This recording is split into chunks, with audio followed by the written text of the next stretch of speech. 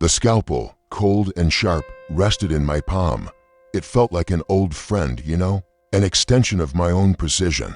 The smell of antiseptic, which for most people is the smell of fear, was always the scent of focus to me. The perfume of a sanctuary where life and death did a silent dance, and I was the one calling the shots. For years, the operating room was the only place in the world where I felt I was judged purely on my skill. A place where the only color that mattered was red, and the only status was patient and doctor. But today, something was off. It wasn't the complexity of the procedure that was bugging me, or how serious the case was. It was the heavy silence I'd left behind in the waiting room. A silence that carried the weight of centuries of history, of sideways glances and nasty whispers. If you've ever felt the weight of being judged before you even get a chance to prove what you're worth, if injustice has ever squeezed your chest so tight you can't breathe, then you get the ache that was pulsing through me. It was a wound that, no matter how many times I tried to stitch it up with years of success and recognition, just kept bleeding. Stick with me on this journey, and maybe, by the end, you'll see the world through different eyes too. Because what happened in those next few hours didn't just change my life, but the lives of everyone around me. The whole thing had happened just a few hours ago, but the scene kept playing on a loop in my head. I remember walking into the room, putting on that professional, welcoming smile I'd practiced for years in the mirror. The nurse introduced me to the patient, a Mr. Thompson, a middle-aged guy with a face hardened by time, and I guess by life itself. She rattled off my credentials, my vast experience, my success rate in cardiac surgeries, my position as head of the department. But Mr. Thompson, with an effort that looked like it was tearing his soul out, just turned his face to the wall. "I don't want him," he mumbled, his voice hoarse but firm. "I want a doctor, a real doctor." That word, him, just hung in the air, loaded with a poison I knew all too well. It wasn't the first time. I knew it wouldn't be the last. But every single time, the sting was just as sharp. Flashbacks flooded my mind. I saw myself at 7, in elementary school, my hand raised so high my shoulder ached, ignored by the teacher who picked a white classmate who was barely paying attention. I saw myself at 15, in a department store, the shadow of a security guard following my every move while my friends shopped freely. I saw myself in med school, listening to a professor, supposedly joking, suggest I'd have to work twice as hard to prove I wasn't just a quota. Every single one of those moments, like shards of glass, had lodged themselves in my soul, and Mr. Thompson's refusal was just one more piece. Digging even deeper into that old wound, I'd built an armor of professionalism and excellence. I'd published papers, spoken at international conferences, become the chief of cardiac surgery at the most prestigious hospital in the city. But to Mr. Thompson, I was just him, the black man who wasn't a real doctor. I remembered talking to Dr. Lucia, my colleague and longtime friend, a white woman with kind eyes and a firm voice. "Carlos, you can't let this get to you. The man's an ignoramus. Your reputation speaks for itself," she said, trying to make me feel better. But a reputation, I knew, was a currency that wasn't accepted everywhere. I felt a knot in my throat. It wasn't anger. It wasn't outrage. It was a deep, profound exhaustion from having to prove my humanity and my ability over and over and over again. I thought of my mother, a strong woman who taught me to never bow my head, but also to pick my battles. "Not every fight is worth fighting, son. Sometimes the biggest victory is your own peace of mind." Her words echoed in my head. The patient's life was on the line, and the last thing I wanted was for my personal pain to interfere with someone's health. I was a doctor, above all else, and doctors save lives. So that's when I made the call. Not out of weakness, but from a strength that came from a place deeper than anger. I called Dr. Mendes, a younger but capable colleague, and asked him to take the case. The nurse gave me a look that was a mix of pity and understanding. I walked away from the gurney, feeling the weight of my choice. I had given in, yes, but not to Mr. Thompson's prejudice. I had given in to my own ethics, to my Hippocratic oath. But the wound, man, that wound was still wide open. And now a new problem was showing up. Dr. Mendes, as good as he was, didn't have my experience with cases this complex. Mr. Thompson's surgery was delicate, and I had a bad feeling, a spike of anxiety that had nothing to do with my own pain. But with the life I had, in a way, handed over to someone else, I knew, somehow, that my fate was still tied up with Mr. Thompson's, and this story was far from over. I hid out in my office, my sanctuary of books and logic, but I couldn't find any peace.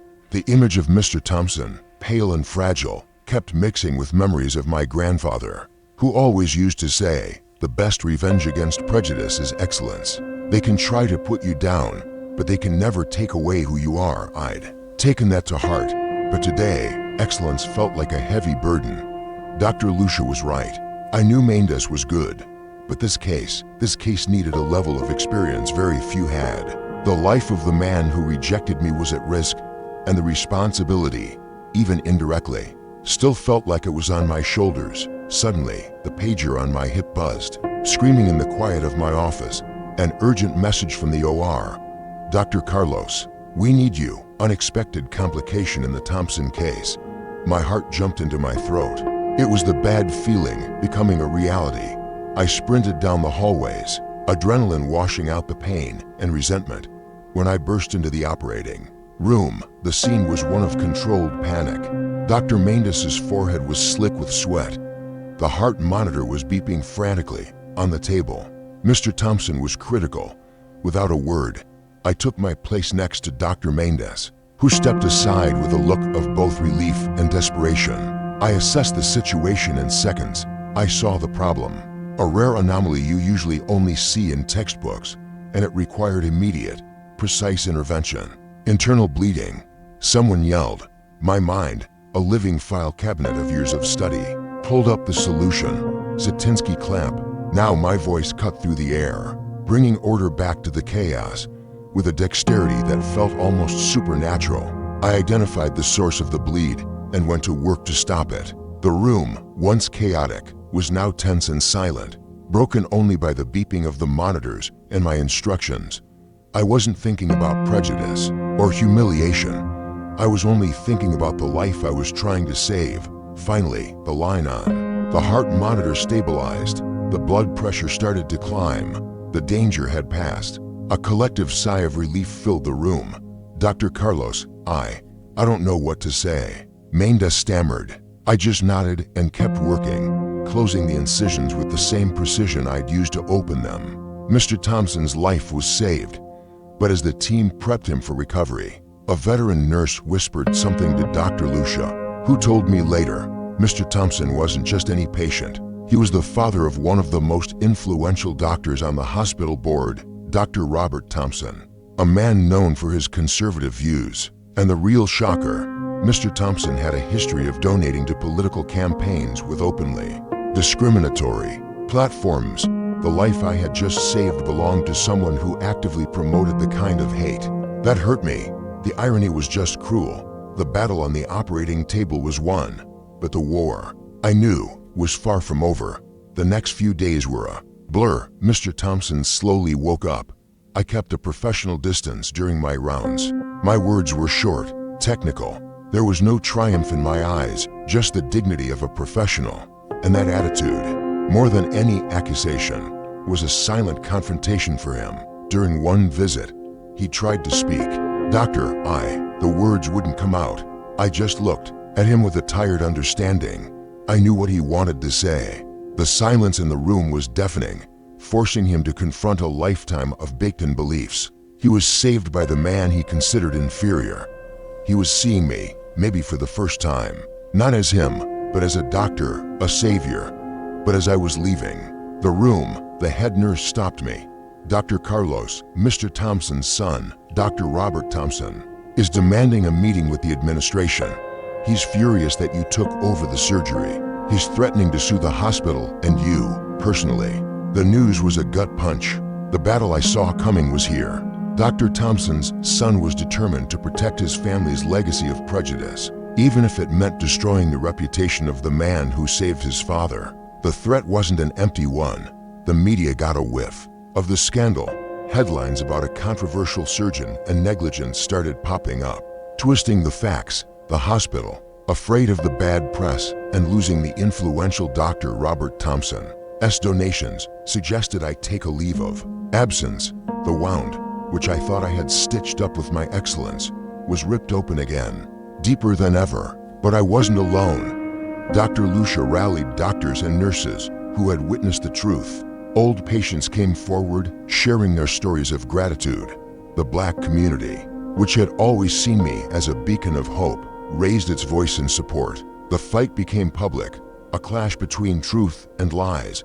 From his bed, Mr. Thompson watched it all. At first, shame paralyzed him, but day by day, seeing the dignity with which I faced the attacks and the loyalty of those defending me, something changed.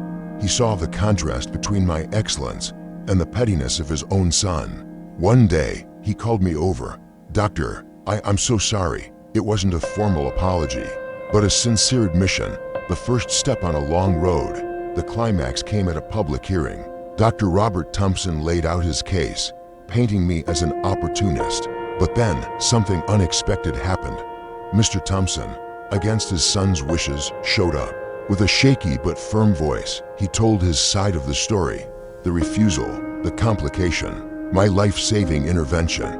He looked right at me and said, to the entire room, "I was wrong. He saved me. He is a real doctor. The truth won." I was cleared of all charges. My reputation was restored, even elevated. The hospital implemented diversity and inclusion programs, and Dr. Robert Thompson, discredited, was forced to step aside. The wound of prejudice still exists, but now I was sure that with every life saved, with every mind opened, with every act of excellence, I was slowly building a legacy of hope. The story spread, sparking important conversations about racism and ethics.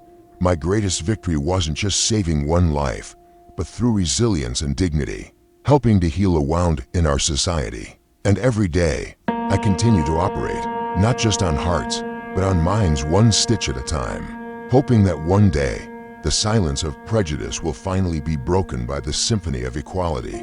If this story touched you and made you think, please don't keep it to yourself. Follow our channel for more stories like this. Drop a comment with your thoughts and share this video. Your voice joins ours to break the silence and build a future where excellence and humanity win out over any barrier. Thanks for listening.